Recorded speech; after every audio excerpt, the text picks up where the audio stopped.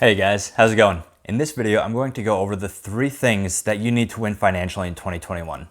If you haven't seen my videos before, welcome. My name is Zachary Schlecht, your personal finance coach, where my main goal is to help you win with money by gaining control of your personal finances. Now, obviously, these 3 things can be applied whenever you're starting to watch this, but as I'm recording this, we're at the end of the year 2020, which has been rough for everybody, right? And we're about to start a new year, which means New Year's resolutions. So if improving your life financially is on your mind, then I think that these 3 things will really help you. Stay tuned.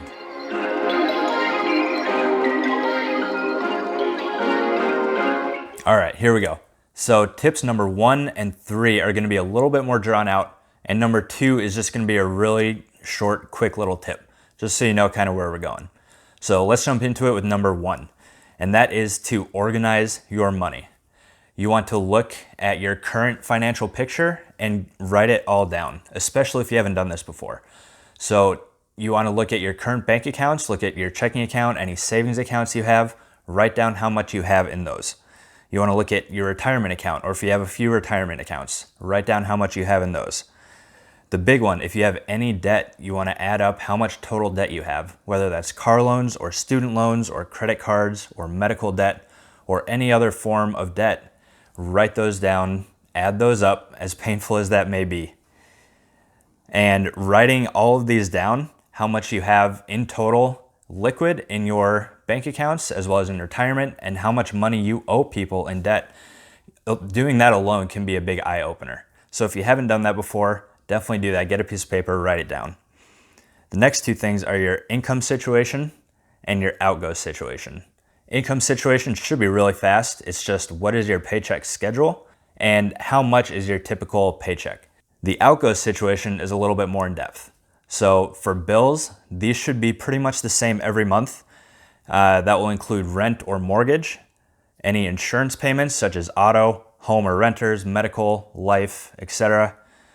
Utilities, electricity, gas, water will be the main ones. But it also includes phone, internet, TV, as well as any subscriptions you have could fall under bills. So like Spotify, Netflix, Amazon, those kind of things. The next part under outgo, the outgo category, would be just your average monthly expenses, what you go out on a day-to-day basis and spend money on. So that would be like groceries, household consumables like toilet paper or household cleaning supplies, things like that.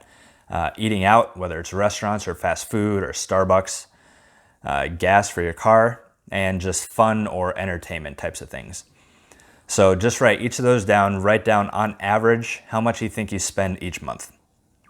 Now, if this is your first time kind of going through this sort of thing, I would start out writing down how much you think you spend, and then go back and look at your bank statements and credit card statements, whatever you use to spend money, and go back over the last 3, 4, maybe even 5 months or more, and actually go through each expense, depending how ambitious you are, and actually see how close you are to what you think you just wrote down.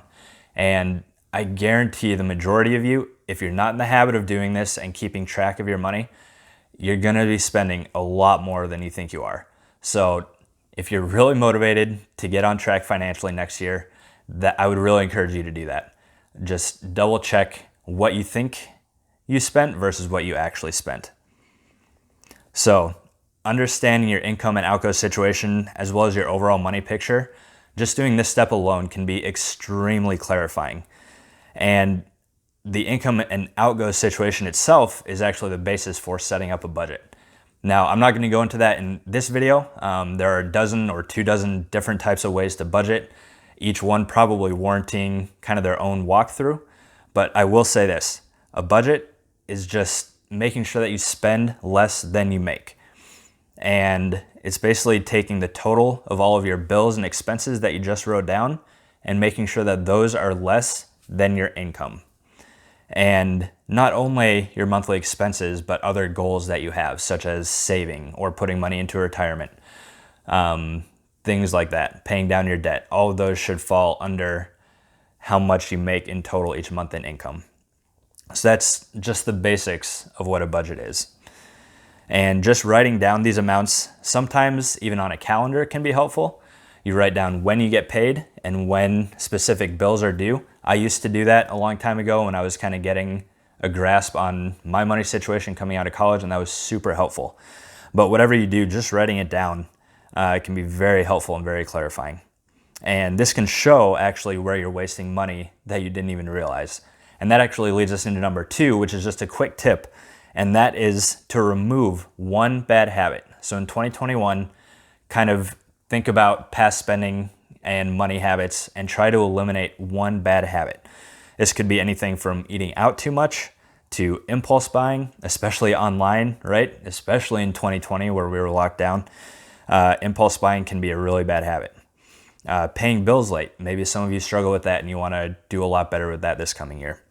A really, really bad one, I'm sorry if that's you, is relying on credit cards. That is something you do not want to do. And if that's something you struggle with, then I would suggest just completely stop using your credit cards at all. Just use either cash or debit cards.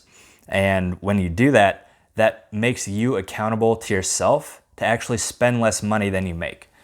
Because when you're using a credit card, it doesn't matter what your income is that month. You can spend whatever money you want, and then you eventually owe that money.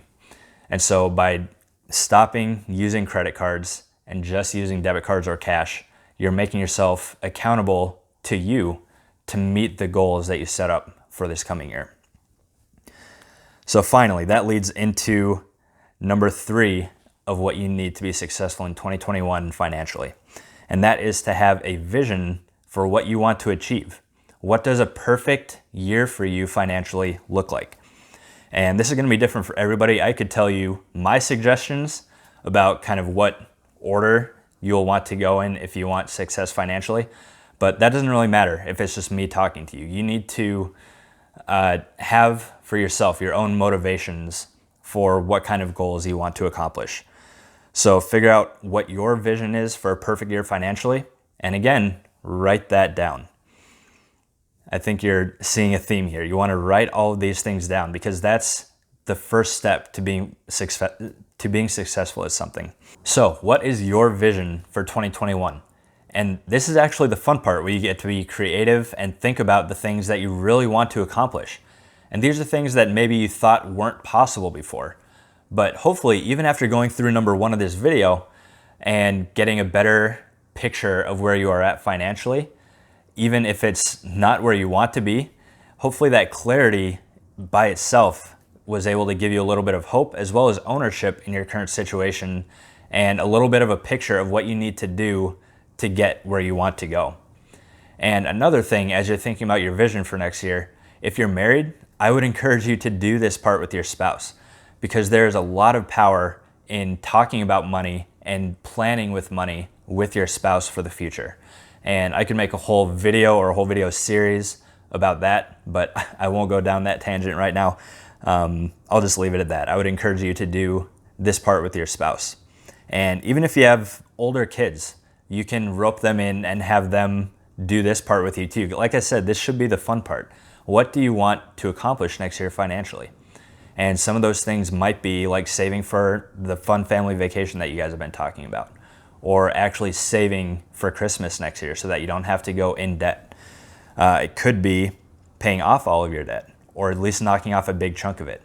It could be as simple as not going into any more debt and stop going into debt for little emergencies that pop up and actually saving an emergency fund. It could be starting to save for retirement, or maybe saving for a new car that you want to get. Whatever it is, there are hundreds more out there. Whatever your vision is for a perfect year financially, think about that, write it down, and then you need to plan. Just stopping there, I guarantee it's not going to happen for most of you. So what do you need to do to plan to achieve that vision? One way a lot of people talk about goals is to make them SMART goals. And this is something else I won't go too much into. There's hundreds of videos on that already. But SMART basically stands for specific, measurable, achievable, relevant, and time-bound. So this is pretty straightforward for most people, but I will go through an example right now just really quickly in case you're watching this and you want an example of how to do this. So let's say we just finished up Christmas and you hopefully have a good idea of how much you spent If you don't have a good idea, then the credit card company will have a good idea. So you can go back through your statement and figure out how much you spent on Christmas this year. And then thinking forward to next year, you'll know if you're happy with the amount of money that you spent, if you want a little bit more saved up by next year, or maybe you actually want to spend a little bit less. Whatever it is, you should have a pretty good idea since we just finished up Christmas. So let's say you spent $600, but you wanted a little bit more. Maybe you want $800 for next year. So already that's a specific goal, it's measurable, and it's relevant to the goal that you want to achieve. You want to have $800 saved. When do you want it saved by? December 25th? You probably want most of it a little bit earlier, maybe by November 25th or around Black Friday. So let's just say November. So you have 11 months from January through November to save $800. So now it's time bound. Now, is it achievable? That's the last thing. $800 divided by 11 months is about $75 a month. So only you can know for your situation if that's an achievable goal. If it isn't, then maybe you need to lower that a little bit. If it's very achievable, then that's good because saving for Christmas probably isn't going to be your only goal financially next year. So depending on how big or small your goals are and how easy or difficult they will be to achieve, you'll probably have to prioritize all of the different financial goals that you have and either figure out how you're going to do them in tangent or in parallel, and maybe even figure out which ones you might need to push off a little bit further and just kind of prioritize your goals that way. So if you're trying to pay off debt, that probably, well, in my opinion at least, it should mean that any other financial goal needs to be a little bit more modest. It doesn't mean that you shouldn't save any money for Christmas next year because you know you're going to want to get presents for people or just enjoy the holidays, but it should be much more modest as you work on paying down that debt. Again, that's just my opinion. If you disagree, then these are your goals for next year. Another example, let's say you have a summer vacation planned and you also know you're going to be saving for Christmas later in the year. How do you do those together?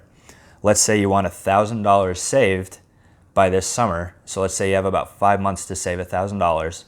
That would be $200 per month, $1,000 divided by 5 months. So now you could do one of two things as you're also saving for Christmas. You could save the $200 for vacation plus the $75 for Christmas and save $275 for 5 months. And then after that, you only have $75 a month to go until Christmas comes. Or you could just save the $200 a month and basically just continue that on throughout the whole year. So you save the $200 for the first 5 months, pay $1,000 for your vacation, and then once you get back from vacation, saving $200 a month from then on again, you'll have at least $800 by Christmas time. So that's kind of a couple of just really quick examples of how it works to make smart goals for your financial goals next year. Thank you guys for watching this video. I hope that coming out of the rough year we've had in 2020 and going into 2021, that this video was helpful for you as well as encouraging. No matter how big or small your goals are, if you just break them down step by step and start by organizing your overall financial picture to get an idea of where you are, then I think that you can be very, very successful next year. As always, if you have any questions, please leave them in the comments down below, and I would love to answer them and help you out. Have a good one, and happy holidays, and happy New Year's.